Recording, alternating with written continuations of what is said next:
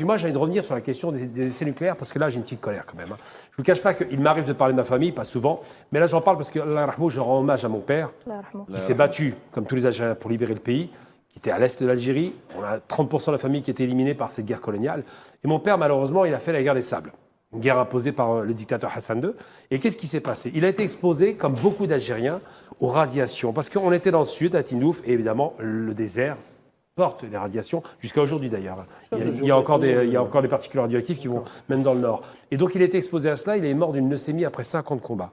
40 ans après avoir fait cette guerre des sables, il est en France et meurt d'une leucémie. Et bien quand on rentre dans les hôpitaux algériens, dans les hôpitaux français en l'occurrence, ce qui m'a marqué, et c'est ça qui est intéressant, parce qu'il refuse de faire ce travail en France. Mon père rentrait, et naturellement, il disait salam alaikum à la salle. Parce que 80% des malades étaient algériens.